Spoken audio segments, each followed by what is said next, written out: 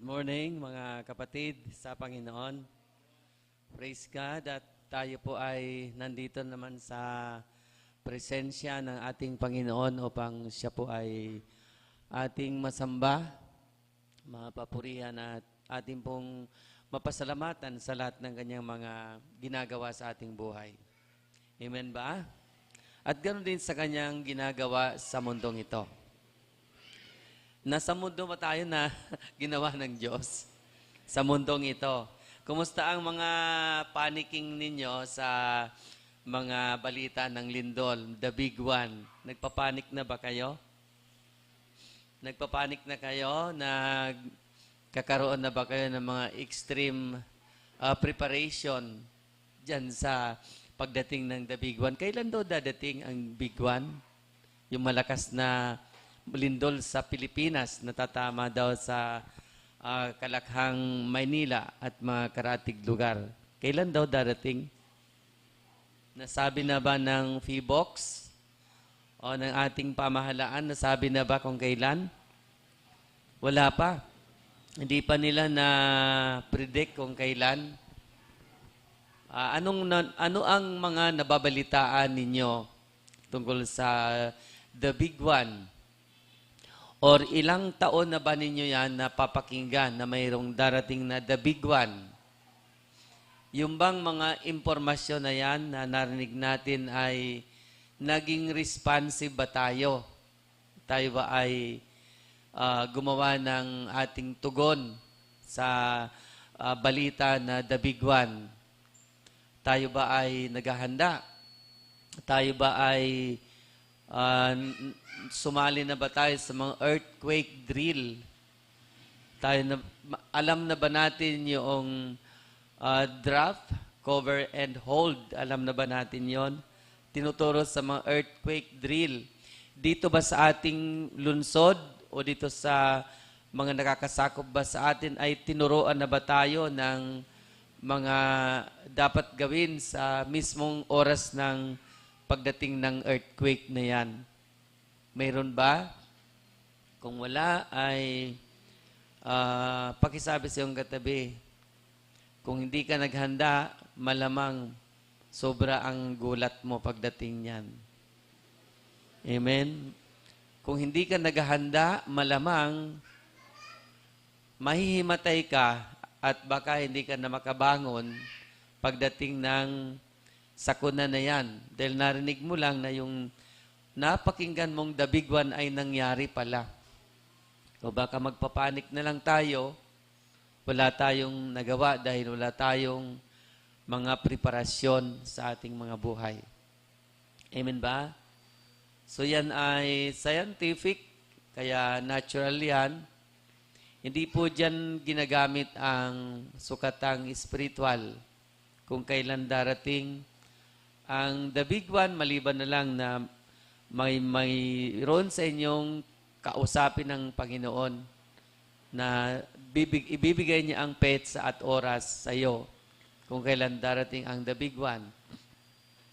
Pero kung wala naman sa ating kakausapin, ay iba na yung mayroon tayong alam sa dapat gagawin natin kapag tayo po ay inabutan nitong malakas na lindol. Amen ba? At hindi lang ito patungkol sa malakas na lindol, kundi patungkol ito sa iba't ibang mga natural calamities, mga extraordinary calamities na nararanasan natin sa ating panahon. Amen ba? Kaya gaano ka apektado ang buhay mo o ang pamumuhay mo dito sa mga kaganapan? Kung ating susubaybayan ang mga balita tungkol sa mga lindol, Mindanao, Visayas, nag-umpisa sa Visayas, sa Cebu, and then Mindanao, din dito sa Luzon, sa buong Pilipinas. At kung kayo ay mahilig na sumubaybay sa sinasabi ng PHIVOLCS, ay shocking at makakabasa pa kayo ng mga fake news na gawa-gawa ng AI, lalo na kayong matataranta dahil yung mga hindi naman mga totoo o realidad ay nandiyan na sa social media natin. At kung ikaw ay hindi ka marunong umalam kung alin dyan ang tunay na balita, o alin po dyan ang created by AI, artificial intelligence, ay talagang very shocking ang makikita mo. Kaya tayo po ay mapalad na higit sa lahat ay nasa atin ang salita ng Diyos. Amen ba? Nasa atin ang salita ng Diyos na siya po ang magbibigay sa atin ng kasiguraduhan sa mga paghahanda. Kung mayroon man po kayong ginagawang paghahanda at kung wala pa, pakisabi sa iyong katabi, maghanda ka kapatid. Amen ba? So sabihin mo, hindi kita tinatakot. Amen ba? Hindi kita tinatakot, pero maghanda ka. At nakikita natin na marami mga propesya ng mga ibang mga lingkod ng Diyos, lalo na yung mga nandyan sa ating mga social media, mga ibang lahi na nagpo-prophesy patungkol sa mangyayari sa Pilipinas in 2025 and 2026. Na mangyayari sa mga calamities dito sa Pilipinas at mangyayari sa politika dito sa Pilipinas, naghalo-halo na. So kung doon ka lamang makikinig sa mga pangyayari na yan na mangyayari daw, sabi ng mga propesya, at doon ka na lang titigil, ay baka magpanik ka na kapatid. Baka sobrang takot na ang nasa kalooban mo, at baka gusto mong tumigil na ang buhay dahil nakikita mo yung nakakatakot na mga mangyayari sa hinaharap. Amen? Pakisabi sa iyong katabi, you are blessed, and we are blessed because we have our Lord Jesus Christ. In our life, palakpakan natin si Lord. Mayroon tayong Panginoong Jesucristo na nasa ating mga buhay. Amen? So, ang mensahe po ng salita ng Diyos ngayong umaga ay nagsasabi that the genuine believers or the genuine followers of the Lord Jesus Christ must face the challenges of our time where extraordinary natural calamities shake the world and the governments therein. The church must, or the church people must face it and live up with the biblical wisdom from the very words of Christ. Do you agree with that? Amen. Malakas na palakpak sa ating Panginoon. Na yung po mga tunay na tagasunod ni Kristo, ng ating Panginoong Jesucristo, ay dapat po siyang harapin niya o dapat po niyang harapin yung mga hamon ng panahon. Ng ating panahon, kung saan yung pong mga tinatawag na extraordinary natural calamities. Extraordinary dahil kakaiba na po yung mga panahon ngayon. Yung dating tag-init ay mabagyo. Amen?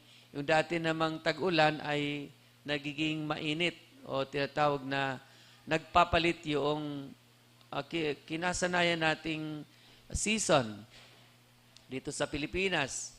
Mayroon tayong rainy season at mayroon tayong hot or summer kung saan or dry season kung saan nagkakaroon ng pag-iba. Ganon din sa ibang bansa. Nagkakaroon po ng mga pagbaha doon po sa mga disyerto. Nagkakaroon naman ng mga pagtagtuyot doon sa mga lugar na dati ay hindi po nagkakaroon ng tagtuyot.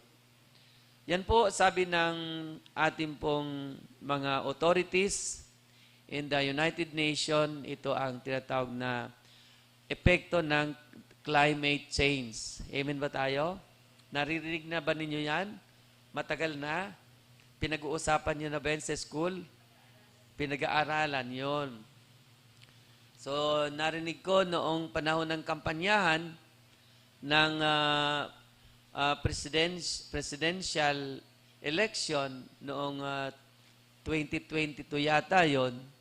Narinig ko yung isa sa mga kandidato na nakaupo na po ngayon, si President Bongbong Marcos, sabi niya, isa sa pagtutuunan niya pag siya ang nanalo, ay yung climate change. Narinig ko yon sa kanyang pananalita.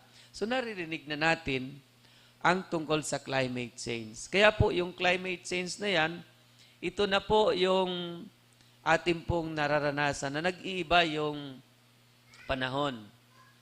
So siyempre sa ating kasalukuyang sitwasyon, lahat ay napagbibintangan yung mga corruption, yung pong mga anomalya sa flood control project.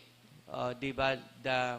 Biglang bumaha dahil hindi pala pinagawa yung project, ghost project. So, yung pong mga issue na yan ay karugtong po nitong tinatawag na pangyayari sa ating natural calamity. Amen ba? Aftermath na lang yung mga natuklasang pandaraya na mga ilang opisyal ng gobyerno sa mga proyekto na pinagkatiwala sa kanila. Aftermath na lang nung climate change. Palakpakan natin si Lord. Amen. Epekto na lang. At yung usapang pampolitika, iba sila dito sa usapang natural calamities. Palakpakan nga natin si Lord. Amen. Kailangan nating maintindihan, church, na ang usapang o isyong korupsyon ay iba dito sa pinag-uusapang climate change. Amen ba? Sapagat ang climate change ay wala po ditong kaugnayan yung pong korupsyon. Pakisabi nga sa iyong katabi, may kaugnayan dito ang bawat isa sa atin. Yan, lakasan mo. Amen ba? May kaugnayan sa climate change ang bawat isa sa atin. How do you live up your life? Yun po. Yan, mayroon dyan. Kaugnayan tayo. Ang bawat isa sa atin, hindi lang yung mga politicians, hindi lang yung mga namumuno sa atin, hindi lang yung pong mga iilang tao na nasa kapangyarihan, kundi ang bawat isa sa atin ay mayroon siyang kaugnayan sa climate change. Pakisabi mo rin sa iyong katabi, mayroon ding kaugnayan sa climate change ang kabuo ng plano ng Diyos para sa kanyang kaharian. Palakpakan natin si Lord. Amen ba? Ayan, so nawala na ba ang panic mo? Nawala na ba ang fear? Dahil nakita mo lang yung the big one na padating o yung mga malalakas na bagyo. So pinapalawak ni Lord yung ating knowledge about these things happening in our world, in this earth. Pinapalawak ng Panginoon ang ating kaisipan. Kaya po, yun ang nais pong sabihin sa atin ngayon ng salita ng Diyos sa kanyang mensahe, that genuine followers of the Lord Jesus Christ must face the challenges of our time, where extraordinary natural calamities shake the world and the governments therein. The church people must face it and live up with a biblical wisdom from the very words of the Lord Jesus Christ. Amen ba? Church people ka ba, kapatid? Siyempre naman, nandito ka nga. Kaya ka nandito dahil church people ka. Malamang kung hindi ka church people, ay wala ka sa church gathering. Amen ba? Basic yan sa Kristiyano. Amen? Basic teaching and basic way of life. Kung Kristiyano ka, nasa church ka pag Sunday service. May worship service. Amen? Pero kung hindi ka Christian and follower of Christ, baka malamang nanugas sa ibang gawain. Maliban na lang na ikaw ay kailangan doon sa lugar na yon. Amen? Estudyante ka, kailangan ka doon sa classroom. May trabaho ka, kailangan ka sa workplace. Hindi ka talaga makakapunta sa Sunday worship service gathering. Amen? So the title of God's message for us today, The Church in the End Time. The Church in the End Time. Sabihin natin na the Church in the End Time. Palakpakan natin si Lord. Amen. Amen. ang iglesia sa huling panahon. Amen? The church in the end time. Singular lang siya. End time, not end times. Iba yung end times, baka hindi natin matapos sa 45 or to 1 hour preaching kapag nilagyan natin yun ng S sa dulo. Baka abutin tayo ng 1 linggong seminar. Amen. The church in the end time. Singular lang siya. Ang ating Bible passage is found in the Gospel of Luke chapter 21 verse 11. I'm going to read from New Living Translation and Magandang Balita Biblia. There will be great earthquakes, and there will be famines and plagues in many lands, and there will be terrifying things and great miraculous signs from heaven. Magkakaroon ng malalakas na lindol, tagutom at mga salot sa iba't ibang dako. May lilitaw na mga kakaibang bagay at mga kakilakilabot na kababalaghan buhat sa langit. Purihin ang Diyos na buhay sa pagbasa ng kanyang mga salita. Hallelujah. So the church in the end time. Kapag sinasabi po na end time, quote and quote, it refers to the particular period in the history of humanity. Sa kasaysayan ng buong sangkatauhan, isang partikular na panahon in the period of the history of humanity. That is the period from what? From the resurrection of our Lord Jesus Christ. To the day He comes again in this world. Mula nung siya'y bumangon muli sa mga patay, ang ating Panginoong Jesucristo, hanggang sa siya'y muling bumalik sa mundong ito, before the establishment of the millennial kingdom or the 1,000 years political reign of Jesus Christ here on earth. Yun po ang tinatawag na end time. Amen. End time, yung mula sa panahon na siya ay umakyat sa langit hanggang sa panahon na siya ay muling bumalik. Amen. Pagbalik ni Kristo dito sa mundo, doon mag-uumpisa. Pag siya po ay umupo na sa kanyang trono doon sa Jerusalem, kung saan ang lahat po ng mga tao sa mundo, siya po ang gagawing Panginoon. Politically speaking, siya po ang Panginoon. Diba? Siya po ay magiging Panginoon in 1,000 years in the millennial kingdom. Hindi po dahil nagkaroon tayo ng eleksyon, wala pong eleksyon na mangyayari.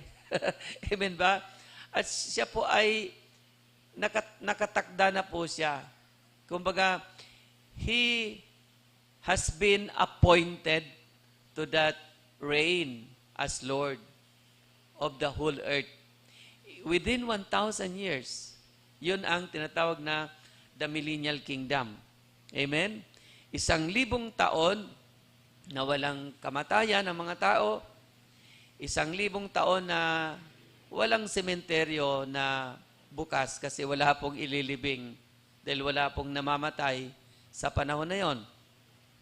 1,000 taon na walang gyera. Amen? 1,000 taon na ang mga tao ay walang away. Kahit kurutan, wala po. Amen ba?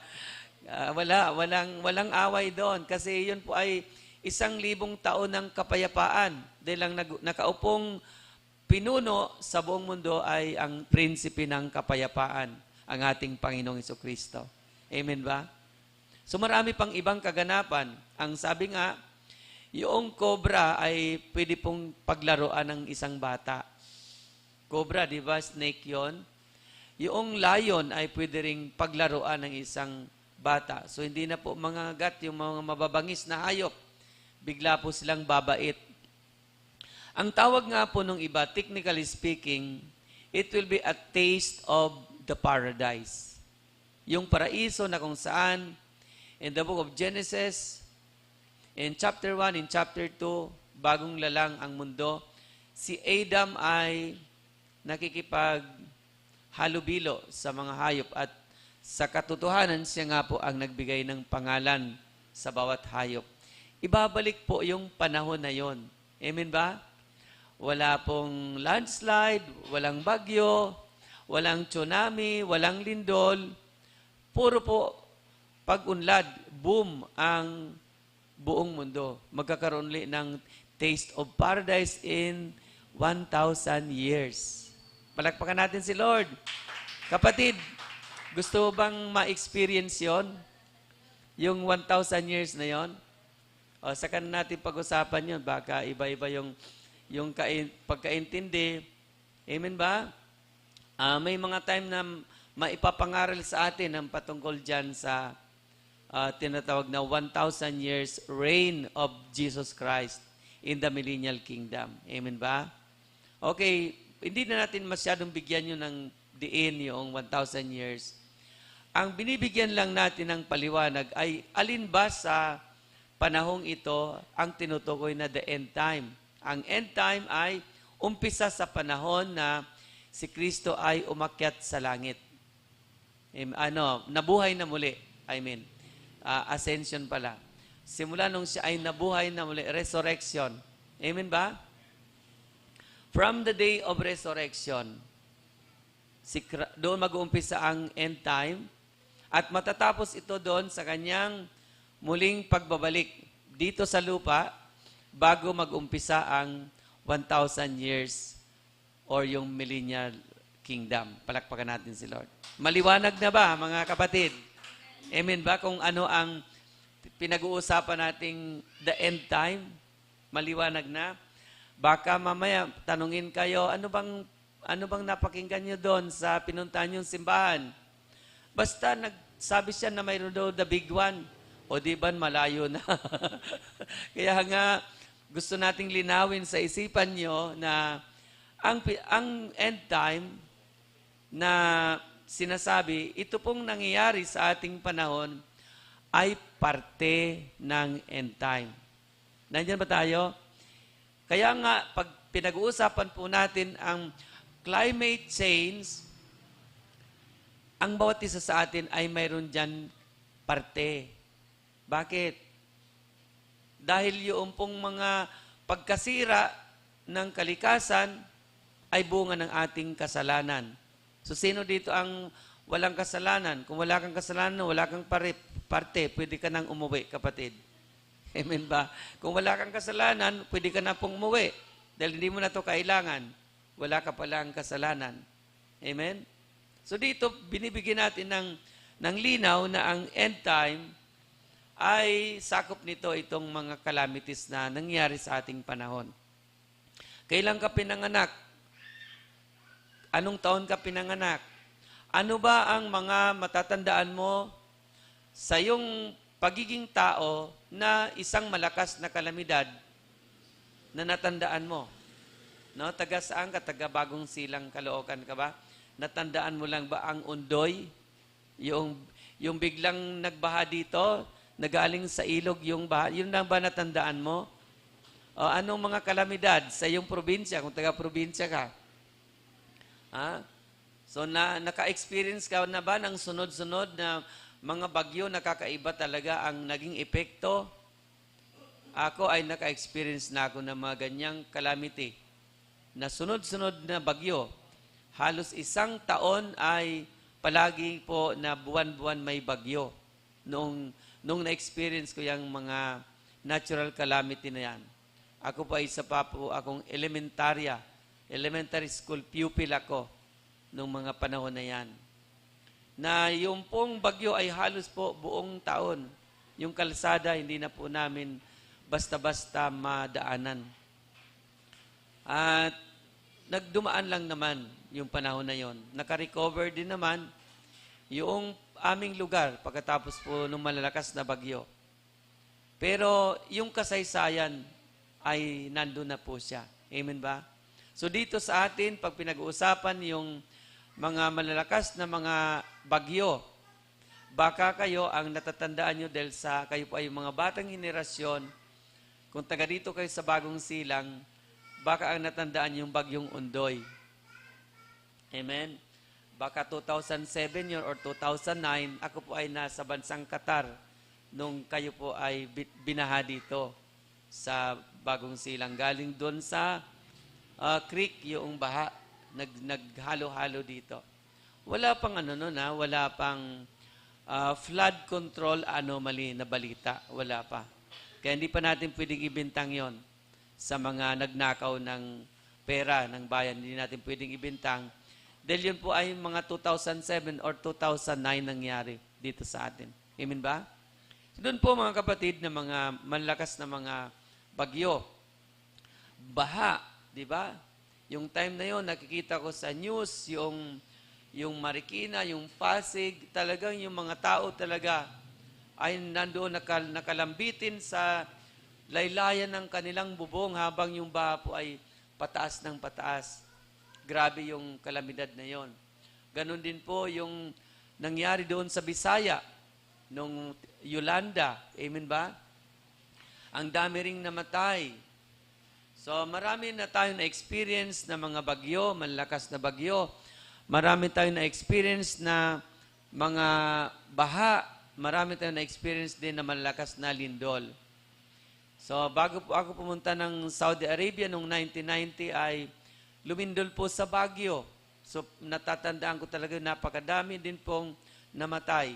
So, maraming lindol na malalakas dito sa Pilipinas ang naging parte na nung ating pong buhay.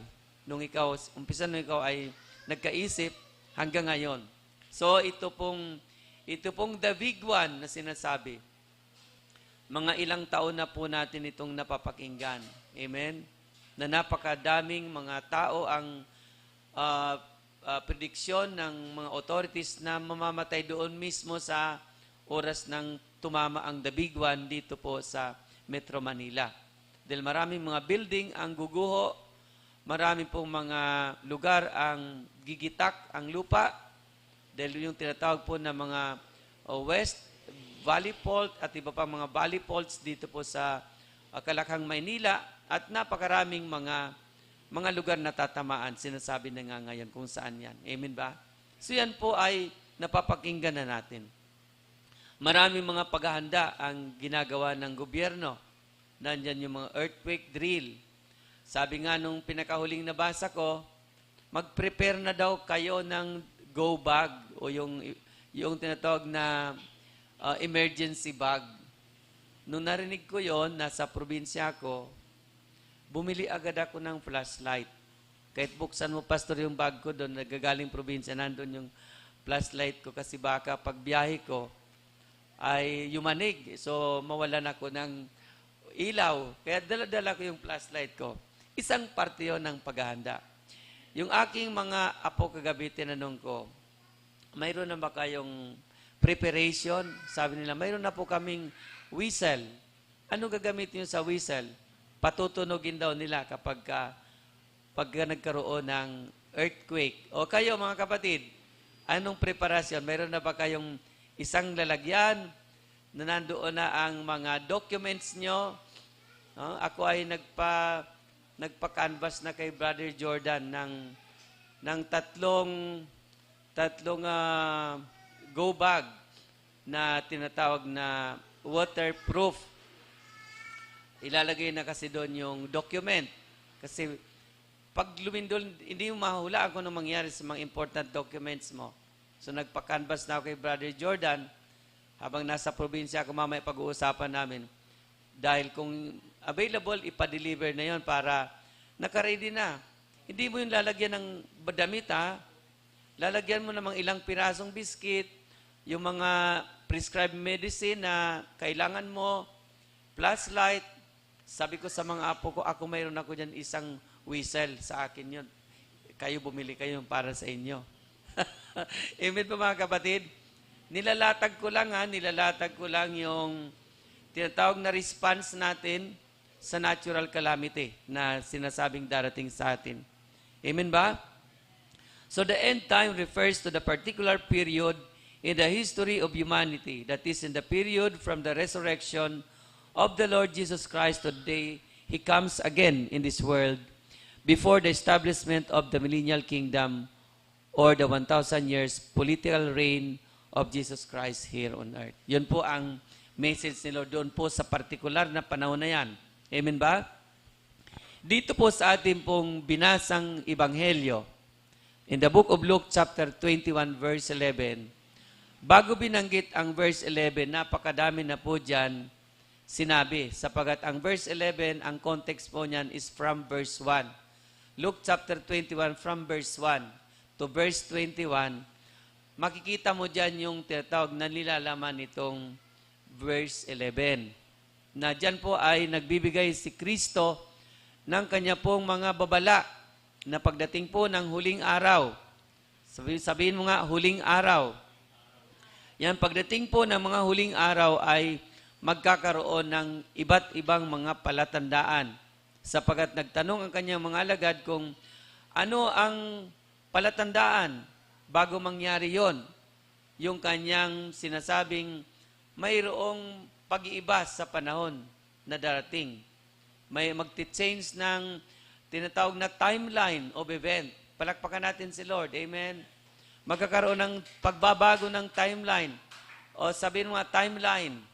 O para mabilis maintindihan, may Facebook kayo. O ang Facebook niyo may timeline. Nakalagay doon anong petsa, anong oras ka nag-post. So hindi na po yun nababago. Kung ngayong araw naglagay ka, 2025, October 19, next year, October 19, 2026, magre-remind sa iyo yung Facebook. Ang tawag doon ay timeline. Amen? Nagre-remind sa iyo, yun po ang timeline na nasa Facebook mo. Dito po si Kristo ay nagsasabi siya sa mga alagad niya na magkakaroon ng pag-iiba ang timeline ng mga events in the world connected to His coming, to the establishment of His kingdom. Palakpakan natin si Lord. Grabe talaga si Lord, napakagaling ng ating Panginoon. Amen. Hindi tayo niya iniwanan na wala tayong alam. Tayo po ay informed na by His Word. Kaya pakisabi sa iyong katabi, kapatid, huwag kang mag-alinlangan sa sinasabi ng salita ng Diyos. Amen. Palakpakan natin ng malakas si Lord. Kapag Biblia ang pinag-uusapan, kapatid, yung paniwalaan, tanggapin mo yan na yan ay salita ng Diyos. Amen? Diyan po tayo nagkakaroon ng katagumpayan sapagat alam po natin ang sinasabi ng salita ng Diyos. Puntahan po natin itong Luke chapter 21 para makita natin yung context na sinasabi ko.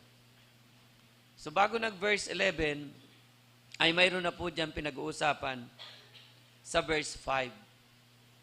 Ang sabi po dito sa verse 5, some of His disciples began talking about the majestic stonework of the temple and the memorial decorations on the walls. But Jesus said, the time is coming when all these things will be completely demolished. Not one stone will be left on top of another. So ang sabi po dyan, ang templong ito, sabi na ni Kristo, ang templo na pinag-uusapan nyo na napakaganda, ay magigiba yan. Sapagkat ang destruction niyan ay sobrang flat on the ground. Walang batong nakatayo sa ibabaw ng bato. Ibig sabihin, yung stone over a stone, you cannot see that kind of destruction na mayroon pong isang bato na nakatayo pa sa ibabaw ng bato. Tinutukoy niya yung pong building, amen? Yung temple na reconstructed by the Romans noong si Kristo ay dumating na reconstructed na po yon, na pagawaan na uli. Kasi di ba ang kwento, noong templo na yan ay giniba ng mga Babylonians. Narinig ko yung preaching nung last Sunday nadaanan yon. Giniba yun at sinunog ng mga Babylonians, yung temple na yon. At nung dumating si Kristo ay reconstructed na po ng Romans o ng Roman Empire at gumanda na uli yung templo. Pinag-uusapan ng mga alagad yung ganda ng templo. Sabi ni Lord, yung templo na yan, darating yung panahon na yan ay magigiba. At walang bato na nakapatong sa kapwa bato. Alam mo yung templo na ancient building, ang mga bato doon hindi katulad nung ginagamit dating hollow blocks. No, mga stone talaga na tinatapyas doon sa bundok, yung mga bato na yon. Parang precast. Pagdating doon, isasalpak na lang nila. Yun po ang tinutukoy na walang bato. Nandiyan ba kayo mga kapatid? Walang bato na nakapatong sa kapwa bato. Sapagat yun po ay magigiba. Magigiba yon. So yung pong sinasabi ni Kristo na mangyari nung sa napagandang templo sa Jerusalem. Kaya sabi ng mga alagad, Panginoon, kailan ba mangyayari itong mga sinasabi mo? Ano bang palatandaan? So doon sa time na yon, mga kapatid, si Kristo ay kausap mismo ng kanyang mga alagad. Palakpakan natin si Lord. Amen. Si Kristo mismo, kausap ng kanyang mga alagad.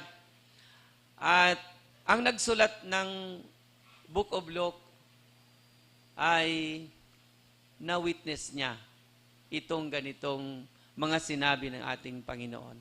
Amen. Kaya dito ho, sabi po ng Panginoon, ano ba ang sagot ng Panginoon sa kanyang mga alagad?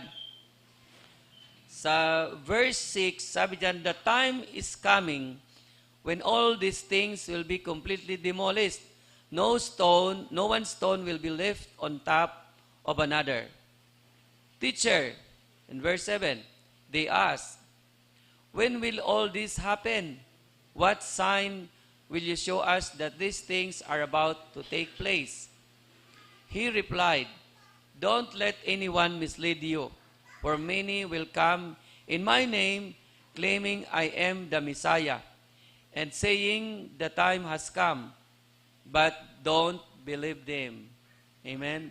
So itong pangyaring ito na may mga darating na magpapakilalang si ang Kristo, ito'y matagal ng panahon na nangyayari hanggang sa ating panahon.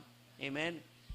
Immediately after Christ has ascended to heaven, ay nagkaroon na po ng mga agam-agam patungkol po sa mga lumilitaw na mga tinatawag na mga nagpapakilalang sila po ay mga lingkod ng Diyos o mga padala ng Diyos.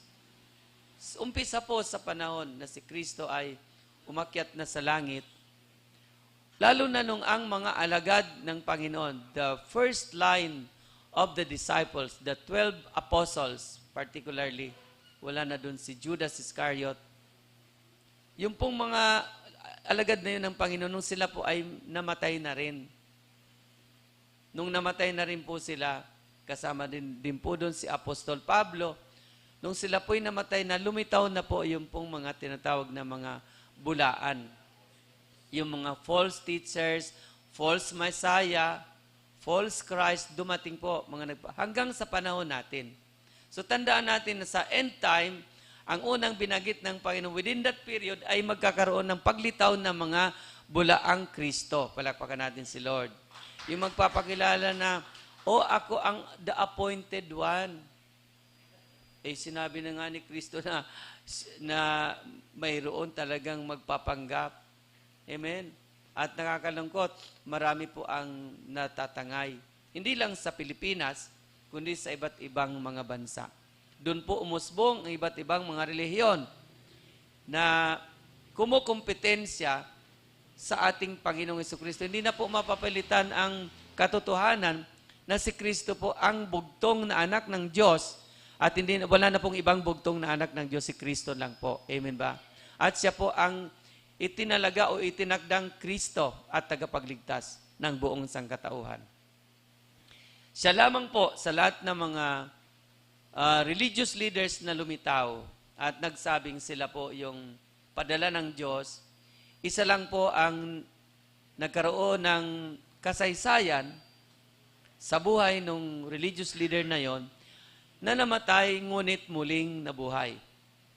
Magbanggit kayo, sino ba ang alam niyong religious leader na nagpakilalang siya po ay padala ng Diyos, siya po ang Kristo. Nung namatay ba siya, muli siyang nabuhay?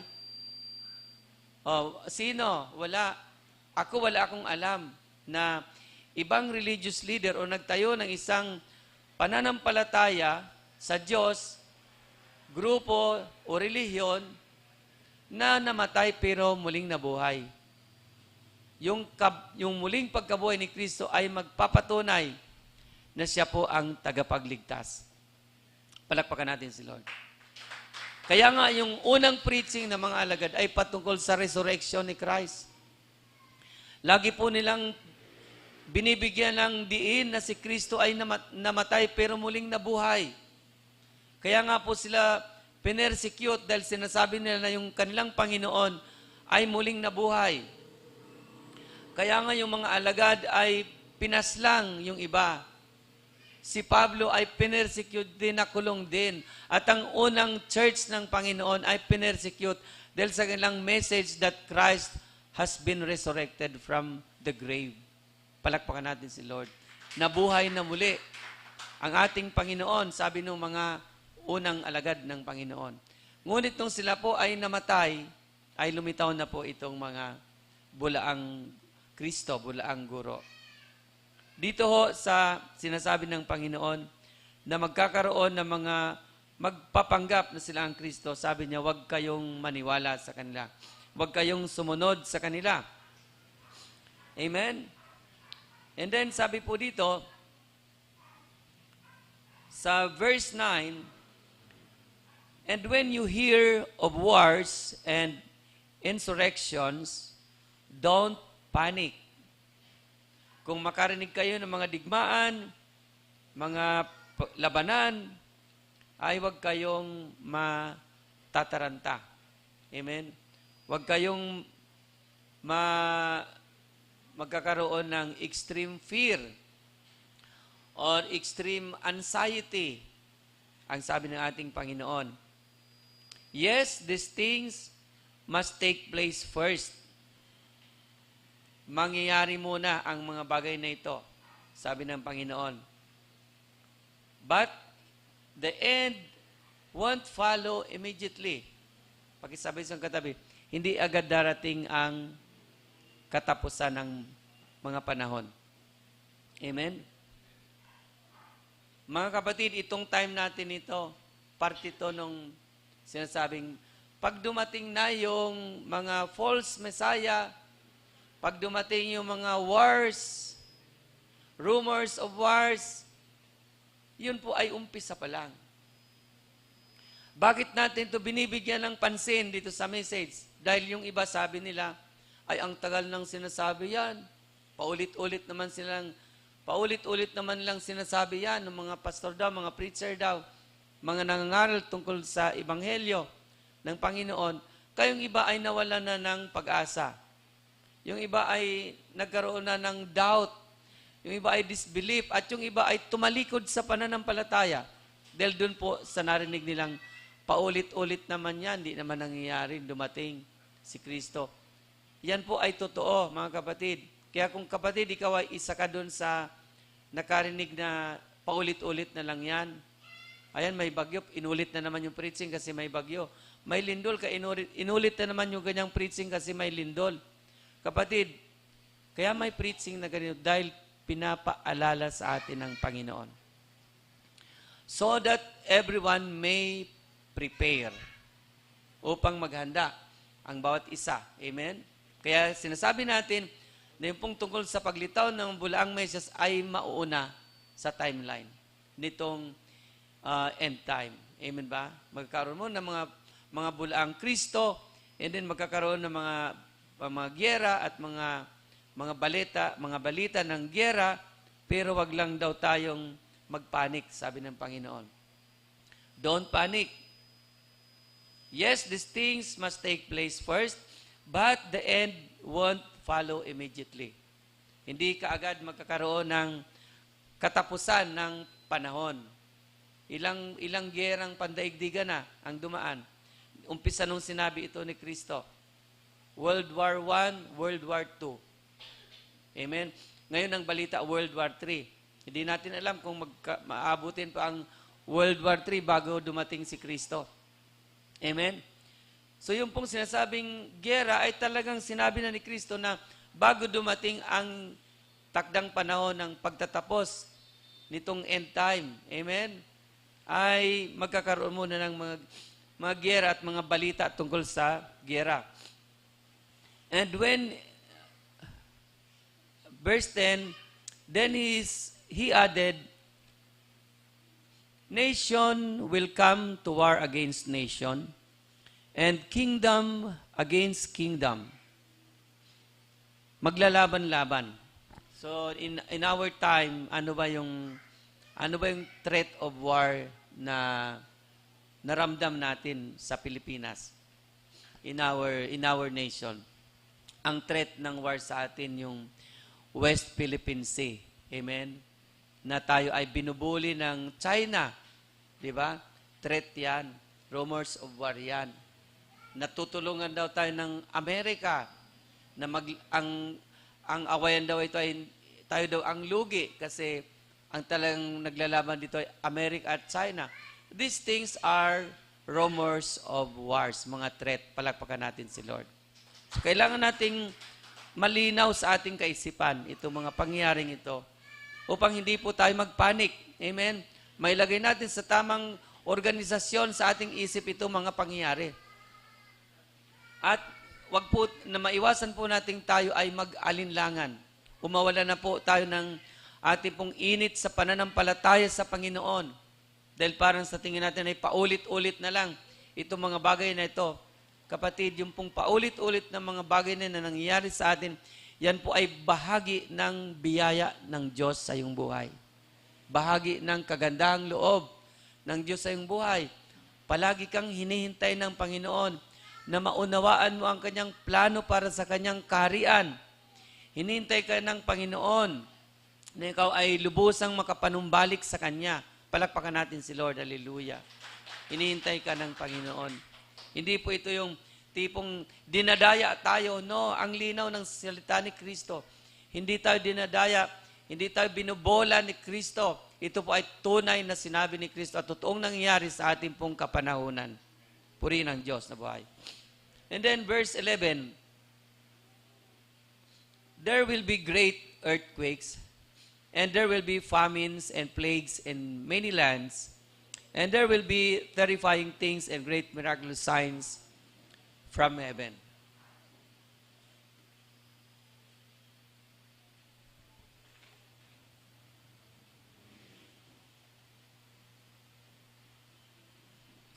Somebody give me warm water, please. Thank you. Pakilagyan ng salt na lang. Salt lagyan.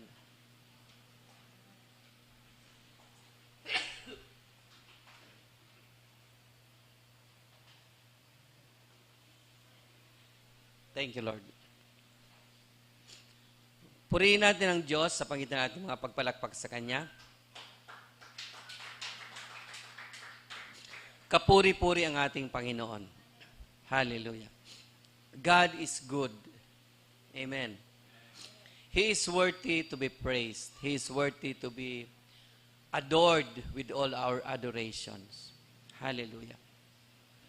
Magkakaroon ng mga gutom o tagutom at mga salot at mga lindol at mga iba't ibang palatandaan sa langit. In this verse 11, brothers and sisters, kayo mismo ang makakapagpatunay. Itong mga bagay na ito ay halos sabay-sabay na nangyayari. Yung earthquake, amen ba? Yung tagutom, yung mga salot, yung mga signs from heaven. Nagbabasa ka naman kayo ng social media. Yung mga sinasabi ng National Space Agency sa Amerika, nasabi nila, malapit lang bumagsak sa atin ang asteroid o mayroong alien, di ba? Kayang-kaya tayong lipulin. Pag nagbabasa ka nun, ha? Kung hindi magbasa ka. Yan po ay galing po sa isang ahensya ng mapagkakatiwalaang gobyerno sa mundo. USA. Amen. Napadating na yung isang tawag doon, alien, UFO. Nandiyan ba tayo? Nagbabasa pa kayo noon? Kayo mga estudyante, it is a challenge for you. Makikita mo, kaysa naman kayo mag-TikTok na mag-TikTok. Nandiyan ba kayo? Magbasa kayo noon para informative naman. Medyo scientific naman na yung basahin. Hindi yung lilitaw tayo sa church tapos uwi na wala na. Pagbalik natin, wala tayong nalaman dito sa mundong ito. So sabi nila, yung UFO, nakita ko yung kanilang AI created na UFO, lumapag doon sa dalampasigan. Ang power na pinuportray, hinihigop ng UFO yung mga tao. At binihag dinala sa outer space. So yun po ay, sinasabi naman na ito ay AI created, pero ang information from a trusted government agency sa Amerika. So, yan yung mga signs, di ba?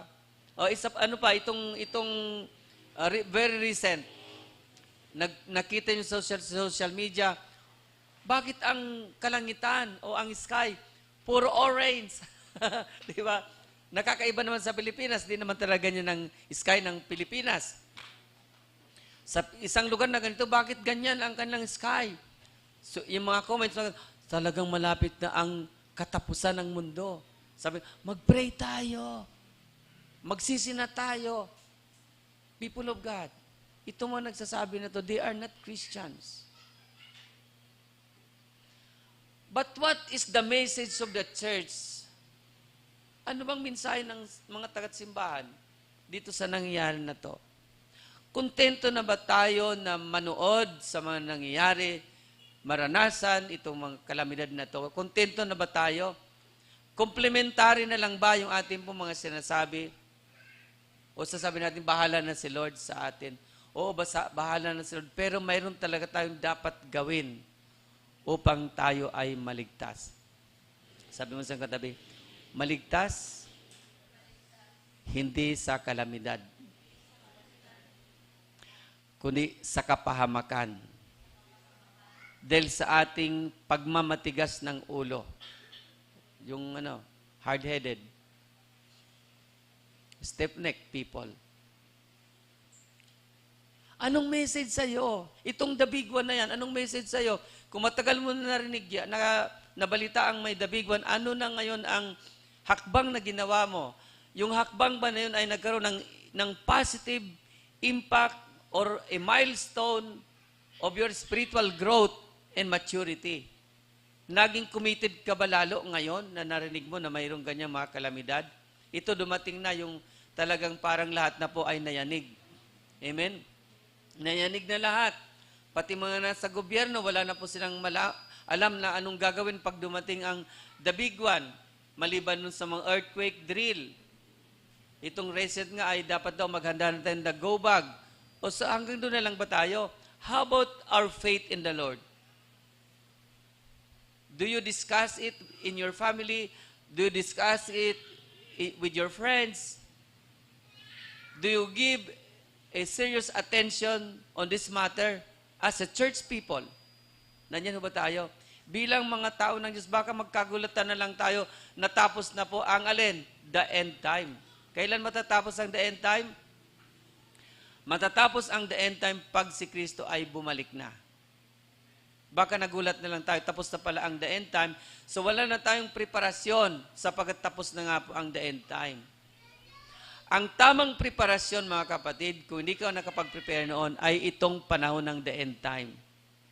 Sapat reality sa yung pinag-uusapan. Ito kasing mga alagad na to, Hindi sa kanilang reality, hindi pa nagigiba yung templo. Yung templo pa ay nagiba noong 70 AD. Amen? 70 AD, anong taon na ngayon? Ang taon natin ngayon ay 2025. So ilang taon na nakalipas?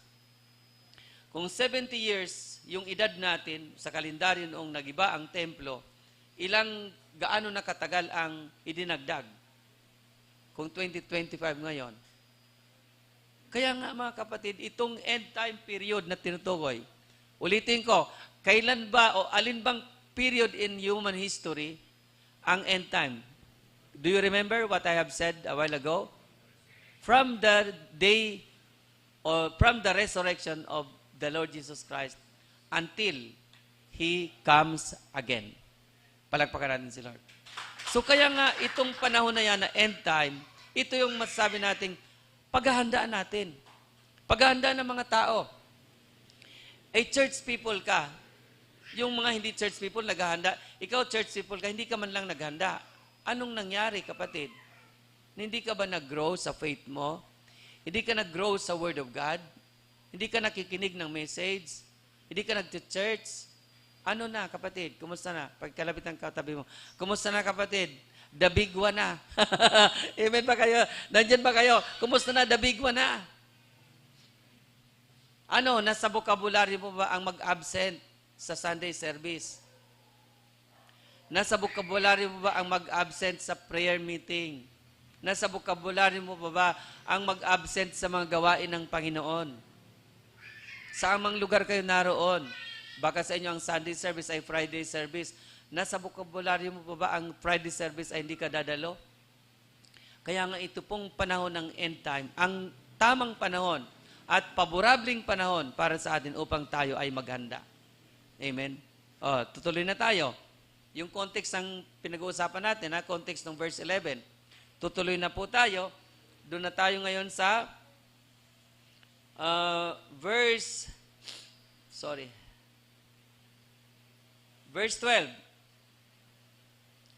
Yung Bible passage natin ginagamit ay verse 11. Pero mayroon tayong context na hinahanap, verse 12 pa and onward. Verse 12, but before all this occurs, there will be a time of great persecution. You will be dragged into synagogues and prisons, and you will stand trial before kings and governors because you are my followers. Nangyari na to doon sa kanyang mga alagad. Amen ba? Iniharap na sila sa mga hukuman at nasintensyahan sila. Yung karamihan ay nasintensya ng kamatayan. Verse 13, but this will be your opportunity to tell them about me. Hallelujah, hallelujah, hallelujah. Ano sabi doon? Ito ay pagkakataon nyo. Habang kayo pinipersecute, habang kayo nililitis, ay opportunity ninyo yan upang sabihin ninyo sa kanila ang tungkol sa akin. Sabi mo sa iyong katabi, kapatid, ikaw ay produkto ng kwento ng mga unang alagad ni Kristo. Palakpakan natin si Lord. Dahil po sa kanila pong pagiging martir, hindi nila tinalikuran ng pananampalataya. Hindi nila itinatwa si Kristo, kahit na po sila pinapatay na. Kahit po sila inilulubog na sa kumukulong mantika. Kahit po sila nilalagari, hati ang katawan. Kahit po sila ipinapako ng pabaliktad. Kahit po sila sinisibat, hinahagupit, ipinapakain sa mababangis na hayop, hindi po nila kailanman itinatwa si Kristo.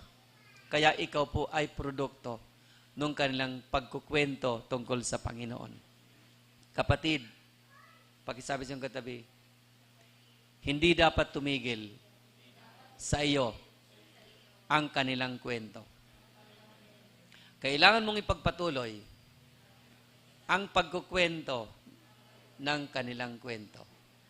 That's why we have the gospel of our Lord Jesus Christ. Na patuloy na mangaral ang simbahan, ang iglesia ng Panginoon, ang mga followers ng ating Panginoon, patuloy na mangaral, mag-preach, magbahagi ng mabuting balita ng ating Panginoong Jesucristo. The Great Commission. Purihin ang ating Panginoon. Malakas na palakpak sa ating Panginoon. At habang ginagawa natin yan, tayo po ay naghahanda. Amen? Naghahanda tayo sa pagdating ng ating Panginoon sapagkat ang culmination ng end time ay yung pagkuha niya sa atin. Kukunin tayo ng Panginoon. Amen? Kukunin ang mga mananampalataya ni Kristo ng ating Panginoon pagdating ng araw na siya ay muling bumalik sa atin. Hallelujah. Yun po ay paghandaan natin.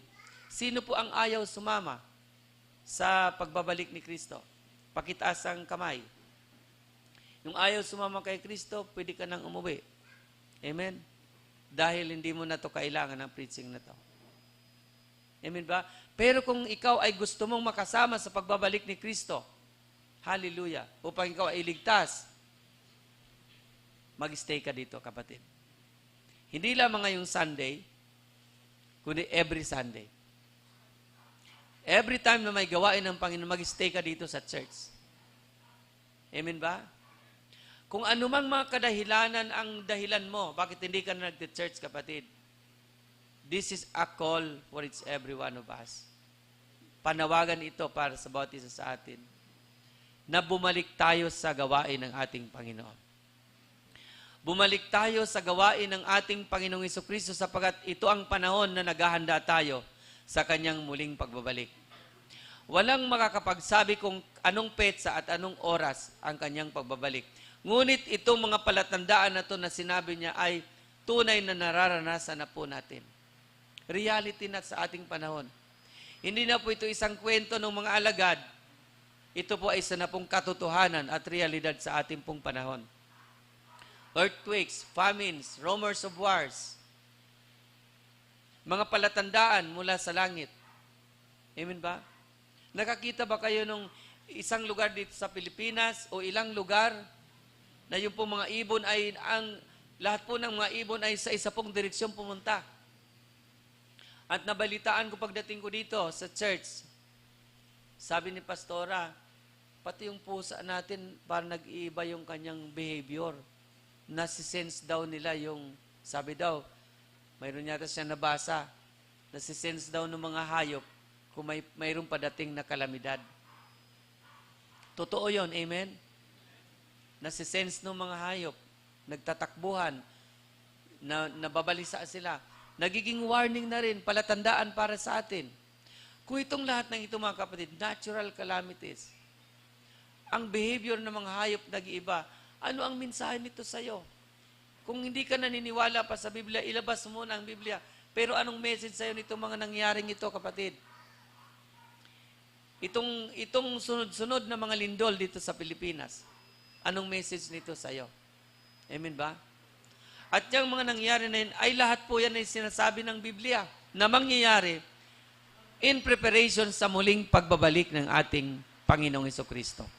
Sabihin mo, in preparation. Paghahanda. Hindi upang tayo ay ipahamak, kundi upang tayo ay maghanda. Ang paghahandang pinag-uusapan natin ngayon, labas na po yung physical na paghahanda. Ang pinag-uusapan nating paghahanda ay yung spiritual na paghahanda sapagkat ikaw ay isang church people. Purihin ang Diyos. Hallelujah. Glory to God. Hallelujah.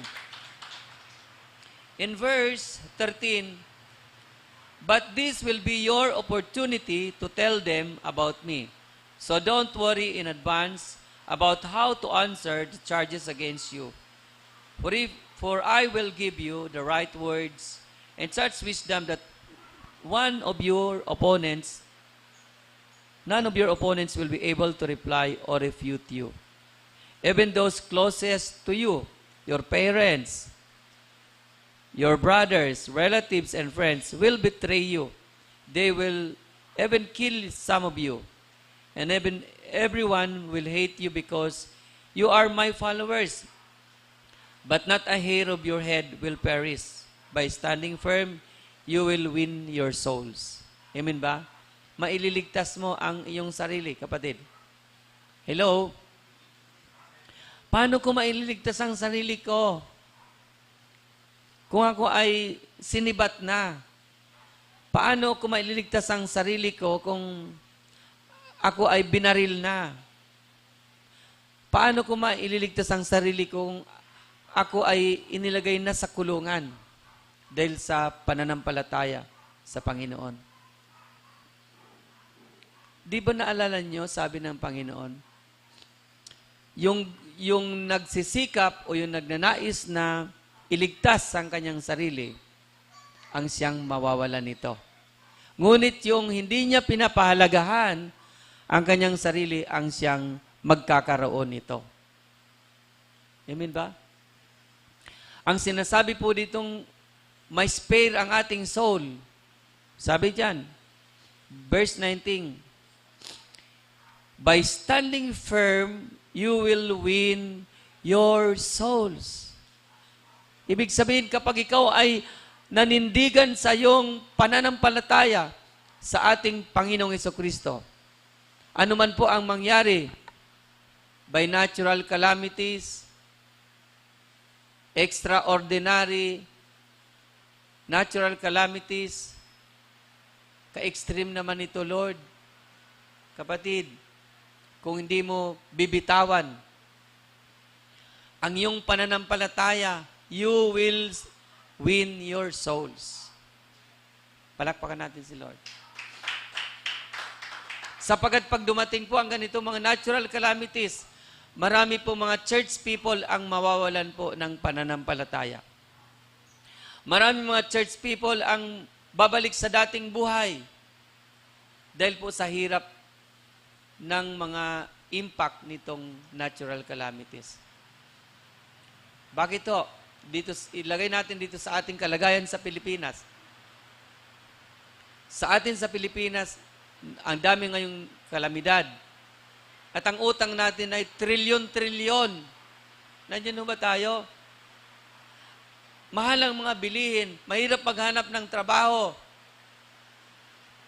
Magkakaroon ng mga himagsikan. Magkakaroon ng mga tinatawag na patayan. Kaya maraming mga church people, aayaw na sila. Nandiyan ba tayo mga kapatid? Sabihin mo sa iyong katabi, kapatid, sa iyong sarili, ang nais ng Panginoon, mag-stay ka sa pananampalataya. Amen? Marami ngayon mag-aaway-away dahil po sa kakulangan ng pagkain. Marami ang magpapatayan dahil po sa kayamanan, sa pag-aagawan ng kayamanan. Isa ng patunay ang mga nakawan ngayon sa gobyerno. Kung titingnan po natin lahat, itong mga nangyayaring ito, magkakaroon ka talaga ng idea na si Lord kumikilos sa buhay mo upang ikaw ay maghanda. Ginagamit niya ito, mga pangyayaring ito sa ating paligid. Natural calamities, yung mga political crisis na mayroon tayo, ginagamit niya ang lahat ng ito. Yung mga bakbakan ng mabuti at masama sa social media, binibigyan ka ni Lord ng pagkakataon to discern what is evil and what is good. Binibigyan ka ng Panginoon pagkakataon, no, ano ba ang iyong titindigan? Yung bang naayon, nakalinya, align with the will and wisdom of God. Dahil ang dami na pong nakaka-stress na mga babasahin dyan sa social media. Mawawala na po ng linaw ang pag-iisip ng marami. Hanggang magre-rebelde na lang po siya. Pero mga kapatid, ang pinaka-importante paghandaan natin ay yung ating mga kaluluwa. Para sa ating mga kaluluwa. Sapagat ang pisikal na buhay, ito po ay panlupa. Amen ba? Pero ang ating kaluluwa, hindi po ito namamatay. Kaya kung ikaw ay nananatili sa pananampalataya sa ating Panginoong Hesukristo, ang sabi ng Panginoon, ikaw ay magkakaroon ng buhay na walang hanggan. Ang sabi ng Panginoon, daranas muna kayo ng maraming mga paghihirap bago kayo makapasok sa kaharian ng Diyos. Ang tinutukoy niyang kaharian ng Diyos ay yung kaharian doon sa langit. Hindi po madali ang pagpasok sa kaharian ng langit. Ang madali po ay yung manampalataya. Palakpakan natin si Lord. Gusto ko pong linawin yan sa inyo. Ang madali sa atin ay yung manampalataya na magkakaroon ka ng buhay na walang hanggan. Sapagat kinakailangan mo lang dyan ay pagsisihan ang iyong mga kasalanan at tanggapin si Jesucristo bilang yung personal na tagapagligtas at Panginoon. Yun po ang tinatawag na madali. Dahil yun po ay biyaya ng Diyos. Ngunit sa pagtakbo ng ating buhay sa mundong ito bilang isang mananampalataya, yun po ang sinasabi ni Kristo na hindi po madali. Mahirap ang pagpasok sa kaharian ng langit. Mas madali pa sa isang kamilyo na pumasok sa butas ng karayom. Nandiyan ba tayo? Kaysa isang makasalanan na pumasok sa kaharian ng Diyos. Kaya sinabi ni Kristo na mayroong 200, yung isa ay maluwang, yung isa po ay makitid, makipot. Yung makipot na daan, kakaunti ang nakakapasok na ang dulo nito ay buhay. Samantalang, yung maluwang na daan ay nandoon ng maraming pumapasok at ang dulo naman nito ay kapahamakan. This is a period of preparation. Ang panahon natin, ang end time, ay panahon ng paghahanda. Amen? Ituloy pa natin in verse 20. And when you see Jerusalem surrounded by armies, then you will know that the time of its destruction has arrived. Then those in Judea must flee to the hills. Those in Jerusalem must get out. And those out in the country should not return to the city. For those will be days of God's vengeance, and the prophetic words of the scripture will be fulfilled. How terrible it will be for pregnant women and for nursing mothers in those days. For there will be disaster in the land and great anger against the people, against these people. They will be killed by sword or sent away as captives to all the nations of the world, and Jerusalem will be trampled down by the Gentiles until the period of the Gentile comes to an end. Palakpakan natin si Lord. This is another part of the end time. Palakpakan mo si Lord. Gusto kong maintindihan nyo. Gusto kong maintindihan nyo ito sa tulong ng Panginoon. May binamagat dito na period of the Gentiles. And the period of the Gentiles comes to an end. Ano yung period of the Gentiles? Pakisabi sa iyong katabi, wala akong time para sabihin sa iyong lahat. Ngayon. Amen? Palakpakan natin si Lord. Gusto ko lang kayong bigyan ng idea in relation with the message at this moment. Kung ano itong period of the Gentile. Itong period of the Gentile, ito yung panahon na ang mga hintil o mga non-Jewish people, non-Israelites, ang ginagamit ng Diyos upang ipakalat ang mabuting balita ng paghahari ng Diyos. This is the time or the period of the church. Nandiyan na ba tayo? Magkakaroon pala ng katapusan ang panahon ng church. Hindi pala siya forever nandito sa mundo. May particular na panahon na nandito siya sa mundo for a mission. And what is the mission? The mission is to go and preach the gospel to all creature. The mission is to go to all the world and make disciples of all nations. Yun ang mission ng church. Hanggat hindi pa po natatapos ang panahon na yon, tayo mga kapatid ay aktibong nandito sa mundo at ito rin po ay panahon upang ikaw ay maghanda. Sapagkat ang period of the Gentile ay matatapos sa panahon ng muling pagbabalik ng ating Panginoong Jesucristo. Are we in the right track of God's truth? Nasa tama ba tayong tinutumbok na daan, katotohanan dito sa ating pong mga sinasabi, mga kapatid? Amen ba? Nasa tama ba yung ating pong Nasa katotohanan ba yung ating mga sinasabi na ayon ba ito sa Biblia? Amen. Importante sa atin na iintindihan natin ang sinasabi ng salita ng Diyos sapagkat ang kailangan natin upang ating kaharapin itong mga sakuna na ito ay yung wisdom of God. From the mouth, from the word of our Lord Jesus Christ itself. Palakpakan natin ang Panginoon. Hallelujah. Purihin ang ating Panginoon. Ipinapakita ko sa yung konteksto ng verse 11. Nandiyan ba tayo mga kapatid? Ipinapakita ko po sa inyo. Iniksaan ko lang yung pong paliwanag tungkol sa Gentile, the period of the Gentiles. Sapagkat isa itong malawak na discussion. Wala akong time upang i-discuss ito. Itong period of the Gentiles. Ito po yung panahon na ang church ay mangangaral. Kaya ang church ay dapat humahayo upang pinapangaral ang ating Panginoon. Pakitaas ang kamay ng church people dito kung naniniwala kang church people ka. So, 1, 2, 3. Ang dami nyo, mga kapatid. Ang dami nyo. Sa dinami-dami ninyong yan, ilan ba sa inyo ang tumutupad dito sa pinapagawa ni Kristo na tayo ay magpatotoo tungkol sa Kanya? Amen? Kailangan tayong humayo. Kailangan tayong pumunta sa ating mga kakilala, mga family members. Kaya tayo pumunta sa ating mga kaibigan. Kahit yung hindi po natin mga kakilala, puntahan na po natin sapagkat ito pong panahon ay nagmamadali na po.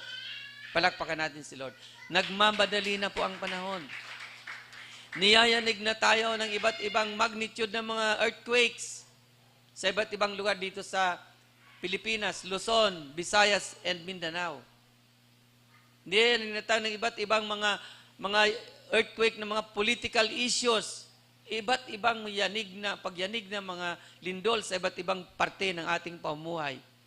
Mga kapatid, sa inyo bang bahay? Sa inyo bang pamumuhay, sa inyong pamilya? Mayroon din ba kayong may tuturing na isang pagyanig ng earthquake sa kalagayan ng inyong pamilya? Mayroon ba kayong mga hindi pinagkakasunduan sa pamilya nyo? Mayroon ba kayong mga awayan? Mayroon pa ba kayong paging mga makasarili sa inyong mga pamilya? Kaya kayo nagkakagulo-gulo. Mga kapatid, yan po ay panahon na tayo ay maghanda. Bumalik tayo sa Panginoon.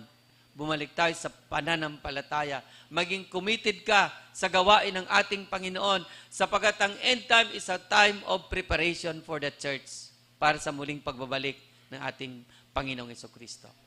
Purihin ang Diyos na buhay. Hallelujah.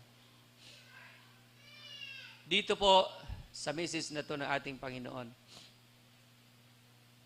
napakahalaga na sa ating pag-uwi ngayong umaga, ay matandaan mo kung ano ang dapat na preparasyon ang nais ng Panginoon na gawin mo.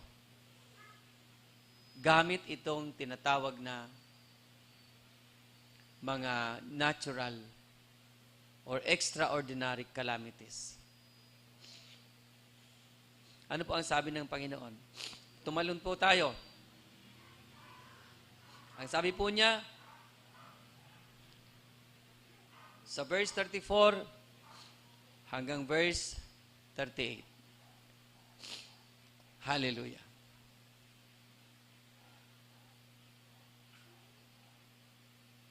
Ano sabi sa verse 34? Watch out. Don't let your hearts be deluded by carousing and drunkenness. Hello? Kaway-kaway naman dyan. Purihin ang Diyos. Kung ganito palang sitwasyon na, bakit may panahon ka pa sa mga bagay na to? Ano mga bagay, Pastor? Ayan o. Yung iyong pananampalataya ay huwag mong hayaan na ito ay nadaya na.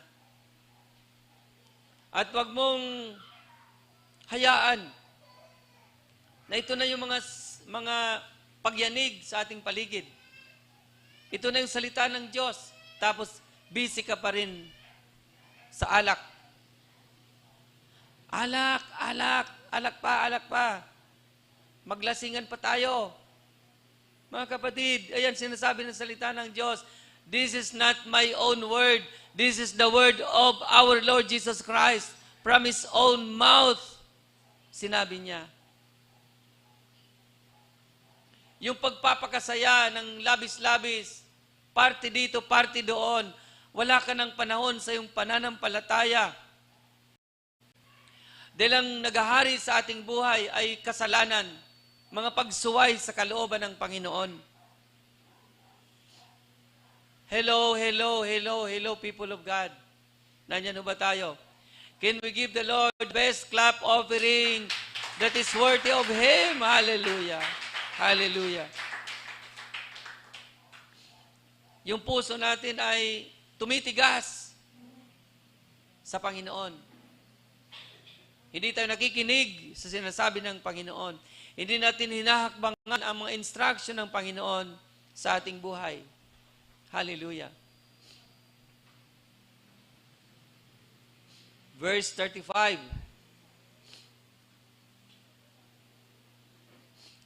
Continuation ng verse 34. And by the worries of this life, pag-iinom, paglalasing, at mga alalahanin sa buhay. Nasaan ako sa pinag-uusapan nating the end time? Di ba nandun ako sa dulo? Tama? Kanina napansin natin na generalize ang mga sinasabi ng Panginoon ng mga palatandaan. Pero habang lumalalim ang kanyang pagkukwento sa mga alagad, ay nagiging mas popular at magiging personal para sa bawat isa. Amen ba? Para na pang personal na to. Hindi ito pang kalahatan. Ito ay para na po sa bawat kalagayan ng bawat isa sa atin. Hallelujah. By the worries of this life, yung mga alalahanin magpapalayo sa atin sa pananampalataya. Ayoko na muna sa pananampalataya. Uunahin ko muna ang problema kong ayusin. Ano ba ang sabi ni Lord? Ano bang dapat ayusin? Naunahin. Yung ating paghahanap. To seek first the kingdom of God and the righteousness of God, and all these things will be added to you. Ibibigay sa iyo ng Panginoon ang iyong mga pangailangan kung uunahin mo ang karya ng Diyos at ang kanyang katwiran. Kung uunahin mo. Yan ang sinasabi po dito. Na marami po ang malalayo dahil po sa kanya po mga alalahanin sa buhay. Dahil mayroong mong famine, mayroong unemployment, mataas ang utang na babayaran natin sa Pilipinas. Hallelujah. Magsasama-sama na. At marami ang mawawalan po ng gana o init sa pananampalataya sa ating Panginoon. Pakisabi sa katabi, huwag nawang mangyari sa iyo. Malakas sa palakpak sa Panginoon. Hallelujah. Don't let that day catch you unaware. Pakiulit sa iyong katabi, don't let that day catch you unaware.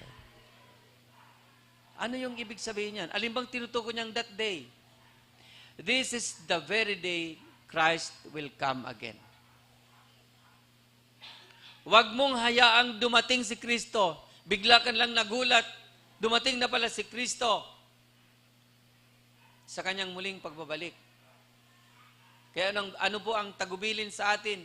In the book of Hebrews chapter 10 verse 25, na wag daw po nating kaligtaan ang pagdalo sa mga gawain. Wag daw tayong tumulad sa mga iba na hindi na po sila pumupunta sa gawain. Hindi na po mahalaga sa kanila ang mga meeting of church people, meeting together by the church people. Hindi na mahalaga sa kanila. Ang sabi doon, sikapin ninyong umalab ang pag-ibig ng isa't isa. Lalo na ngayong nalalapit na ang araw ng Panginoon. Can you flash on the slide? Hebrews chapter 10, verse 25. Hallelujah. Malakas sa palakpak sa Lord. Sabay-sabay nating basahin. Ready? 1, 2, 3. And let us not neglect our meeting together, as some people do, but encourage one another, especially now that the day of His return is drawing near. Hallelujah. Malapit na si Lord. Hindi siya nagkukulang at hindi siya kailanman magkukulang sa iyo, kapatid. Pag may mapahamak sa atin, wala tayong pwedeng sisihin. Hindi natin pwedeng sisihin ang kasetmate mo. Hindi mo pwedeng sisihin yung kaaway mo, kaya ka natisod sa kanya. Dahil kaya ka din nagpatuloy. Hindi mo pwedeng sisihin yung kaabalahan mo, kaya di ka nakapag-prepare. Hindi mo pwedeng sisihin, maging si Satanas, hindi mo pwedeng sisihin. Ang sisisihin mo lang dyan ay ang iyong sarili, sapat hindi ka naghanda. Ang lahat ng ito binibigay sa atin ng Panginoon upang tayo po ay makapaghanda. In the end time, sapagkat ang end time ay magwawakas sa muling pagbabalik ng ating Panginoong Jesucristo. Can I hear amen from you? Purihin ng Diyos. Ito, baonin nyo ito pag-uwi. Anong preparasyon? Anong paghahanda pa ang ating dapat gawin? Ulitin ko, we are not talking about go bag, we're not talking about drop, cover, and hold. Hindi yun ang pinag-uusapan natin na paghahanda. Hindi tayo nag-uusap ng earthquake drill. Pinag-uusapan natin dito yung paghahanda para anong oras man dumating ang Panginoon ay handa ka. Ano yon? Ang sabi dyan, verse 36, hallelujah, verse 35, like a trap, for the day will come upon everyone living on the earth. Amen? Keep alert at all times. And pray that you might be strong enough to escape these coming horrors and stand before the Son of God. Ano daw gagawin? Manalangin. Manalangin. Wag na wag mo ngayong aalisin sa buhay mo ang pagpapanalangin sa ating Panginoong Jesucristo. Di baling maghapon ka na mag-pray. That is the best. Kaysa maghapon ka na nakatambay lang. O nag-TikTok, nagtat-chat, kung ano-anong mga bagay. Nandiyan ba tayo? Hindi ko po sinasabing bawal mag-chat. Hindi ko po sinasabing bawal mag-TikTok. Ang sinasabi ko po, laanan natin ang panalangin ng ating pong araw-araw na buhay. Sapagkat ito po ang sinasabi ni Kristo upang wag tayo mahulog sa bitag, mabigla sa kanyang muling pagbabalik, paghandaan natin. Amen ba? Paghandaan natin ang ating mga buhay. Sapagkat ang ating buhay ay hindi po limitado sa pisikal. Ang ating pong buhay ay buhay na walang hanggan. Kapiling ng ating Panginoon doon sa langit. Sa kanyang kaharian. Hallelujah. From verse 1 to verse 36. Yun po ang konteksto ng verse 11. Amen mga kapatid? Dalangin ko sa Panginoon na inyo pong naunawaan ang kanya pong mga sinabi sa atin. Amen? Dalangin ko sa Panginoon, mga kapatid, hallelujah. Ito pong minsaheng ito, the church in the end time. Ang iglesia sa huling araw. Ano po ang message ni Lord, ang title? The church in the end time. Baonin nyo to, mga kapatid, pag uwi nyo. Yung mga nanonood online, tandaan nyo to. Itong mga nagaganap sa atin, extraordinary calamities, ito po ay ipagpasalamat na natin in the other side of the story. Ipagpasalamat natin sa Panginoon. Sapagat mahigit pa po sa wake-up call ang inahatid nito sa atin. Kundi ito po ay nagbibigay sa atin ng konkretong dahilan upang tayo po ay maghanda. Konkretong dahilan upang seryosohin po natin ang ating pananampalataya kay Kristo. Wala na pong ibang tagapagligtas, kundi ang ating Panginoong Hesukristo lamang. Wala na at wala na pong iba. Siya po'y namatay, ngunit muling nabuhay. Siya po'y nangako at kanya pong tinutupad at patuloy niyang tutuparin. Ang dami po niyang mga pangakong tinupad sa iyong buhay. Hindi lamang po ang kanyang presensya, ang kanyang pagsama, ang iyong nararanasan, kundi ang bawat salita ng Diyos na pinapangako sa iyo, na mayroong pangako sa iyo, nararanasan mo na yan po ay tinutupad ng Panginoon. Yung sabi niya na, hindi ko kayo iiwan, hindi ko kayo pababayaan. Ako'y magiging kasama ninyo hanggang sa katapusan ng mga panahon. Matthew chapter 28 verse 20. Napatunayan mo yan, kapatid. Amen?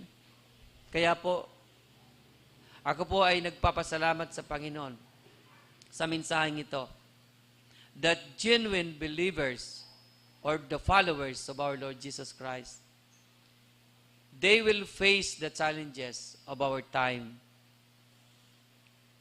where extraordinary natural calamities shake the world and the government therein. We, you and everyone of us, including myself, the church people, must face it and live up the biblical wisdom from the very words of Christ. Yung karunungan, salita yun ni Kristo. Huwag tayong marunong sa mga bagay sa mundong ito. Yung dunong ni Kristo mapa sa atin. At yan po ay mapapa sa atin kung patuloy po tayong nananatili sa pananampalataya sa Kanya. At yung pong bilin niya sa ating kanina, na huwag po tayong manlamig. Huwag tumigas ang puso. Huwag tayong malunod sa mga alalahanin, kundi tayo po ay palaging manalangin upang maging handa tayo sa pagharap sa bugtong na anak ng Diyos in His second coming. Palakpakan natin ang Diyos na buhay. The church in the end time. Tumayo tayong lahat sa oras na ito at ating awitan ng Panginoon bago tayo manalangin. Inaanya ko ang bawat isa na sa ating pag-awit ay bigyan po natin ng marubdob na pananampalataya. Ang bawat salitang nagmumula sa Panginoon, salita ng Diyos na ating pong inaawit. Gawin natin yan na isang prayer as you sing this song. Hallelujah. Thank you, Jesus. Thank you, Lord Jesus.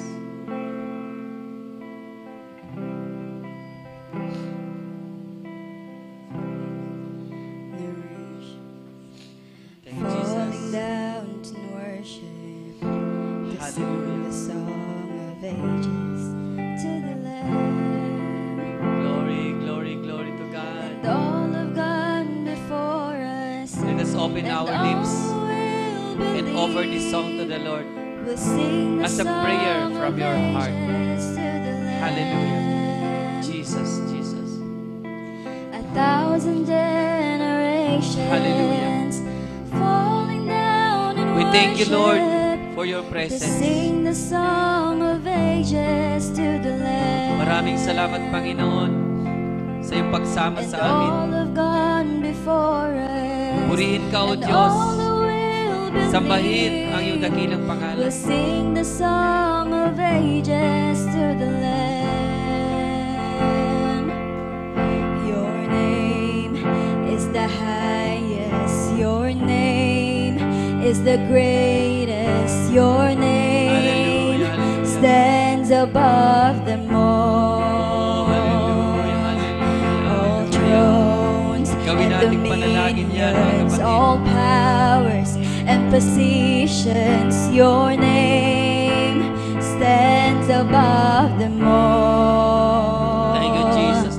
Your name is the highest. Your name is the greatest. Your name Itaas natin ang ating mga stands kamay sa above Panginoon them all. as we sing this song to Him. Hallelujah. All thrones and dominions, all powers and positions, your name stands above them all, and the angels cry, holy.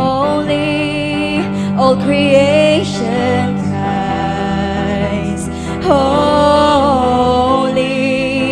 You are lifted high, holy. Awit na natin si Lord. Bilang panalangin sa ating mga puso.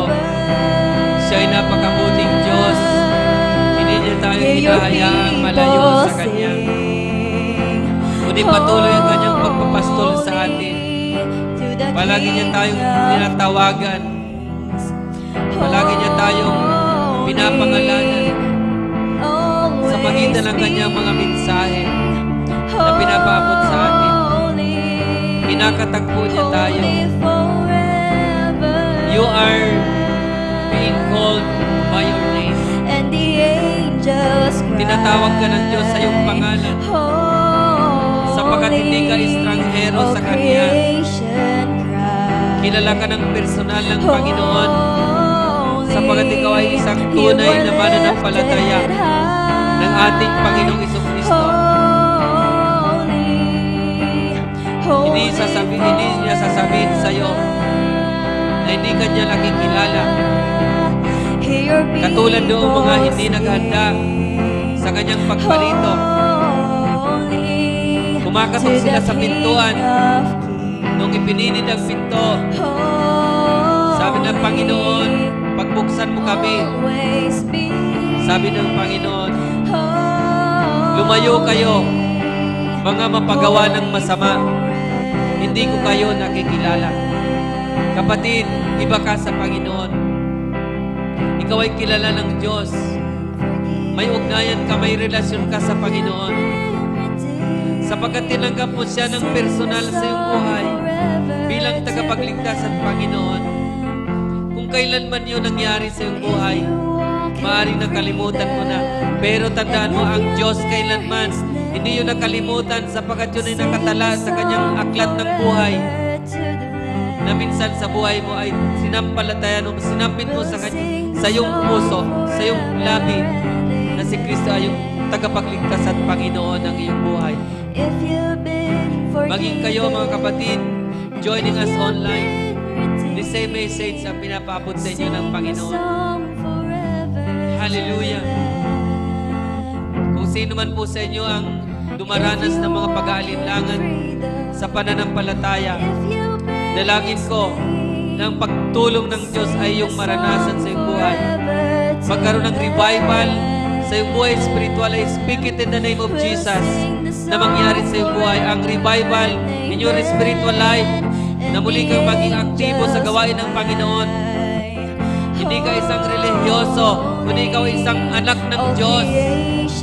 Hindi ka isang sumisipa lamang, kundi isa kang mananampalatayang may relasyon na personal sa Panginoong Jesucristo. Hallelujah! Hallelujah! Let's sing it all together. Hallelujah! Hallelujah! Sabay-sabay natin awitan ang ating Panginoon. Sabayin natin siya as we sing this song. Hallelujah! Awitin natin yan mula sa ating mga puso. Hallelujah! Hallelujah! Hallelujah! Hallelujah! Hallelujah! You will always be. If you feel crying, umiyak ka sa Panginoon. Iiyak mo yan sa Panginoon ang bigat sa kalooban. Sapagkat sabi ni Lord, lumapit kayo sa akin, kayong lahat na mga napapagal at nabibigat ang lubha sa inyong pasanin at kayo ay pagpapahingahin ko. Kung nabibigatan ng iyong sarili, Iiyak mo yan sa Panginoon at umuwi kang magaan. Restored ang iyong kalooban sa ating Panginoong Jesucristo. Hallelujah. Hallelujah. Everyone must sing this song. Hallelujah. Open your lips and sing this song. Lift up your voice in singing. Hallelujah. Hallelujah. Holy to the King of Kings. Holy, you will always be. Holy, holy forever. And the angels cry, and the angels cry. Holy, all creation cries. Hallelujah. Holy, you are lifted high. Holy, holy forever. Save your church, Lord. Save your church. Hear Hallelujah. your people sing. Hallelujah, Jesus. Holy to the King of Kings. Holy, you will always be. Holy, holy forever. And the Iiyak mo sa Panginoon angels ang mga kaguluhan sa iyong puso. Holy, Iiyak mo yan sa Panginoon. all creation cries. Lahat ng burden. Holy, you are lifted high. Holy, holy forever. Hear your people sing. Holy to the Iiyak King mo yan sa of Panginoon. Kings. Ipagkatiwala mo sa Kanya. Holy, you will always be. Holy, holy forever. And the angels cry, holy, all creations cries, holy, you are lifted high. Holy, holy forever. Hear your people No, sing. no, no, pastors only. Pastors only. No. Holy, Pastors only, pastors. you will always Pastors, be. to minister. Pastors. Holy, and you will always Hallelujah. be. Awitin natin ang Panginoon. Holy, holy forever. Holy, and the angels cry. Holy, all creation cries. Holy, you are lifted high. Holy, holy forever. Hallelujah. May Hear your ginagawa ang Diyos people sing. sa inyong mga kalooban. Holy, Dinadala ka ng Diyos to sa the kanyang King katotohanan. of Kings. We cannot live up Holy, without the truth of God. We you cannot will live up in the always wisdom of be. Christ without the truth of God in us. Holy, God is drawing you in His truth. holy Hallelujah. Sa kanyang katotohanan. Sabi ni Kristo, I am the truth. And you must be in the truth. Sabi ng Panginoon. Hallelujah. Dinadala kayo sa katotohanan. Sapagkat marami sa inyong namuhay sa kasinungalingan. Marami sa inyong namuhay labas sa katotohanan ng Diyos. Marami sa inyong namuhay sa hypocrisy. Dinadala kayo ng Panginoon sa katotohanan. Sa tunay na buhay, dinadala kayo ng Panginoon. Pasalamatan mo ang Diyos. Hallelujah. Surrender your life to Jesus. Habang may ginagawa siya sa iyo sa oras na ito, ibigay mo sa Kanya ang iyong buhay. Ang iyong mga pinaniniwalaan, isentro mo kay Jesus. Ang iyong mga ginagawa, isentro mo kay Jesus.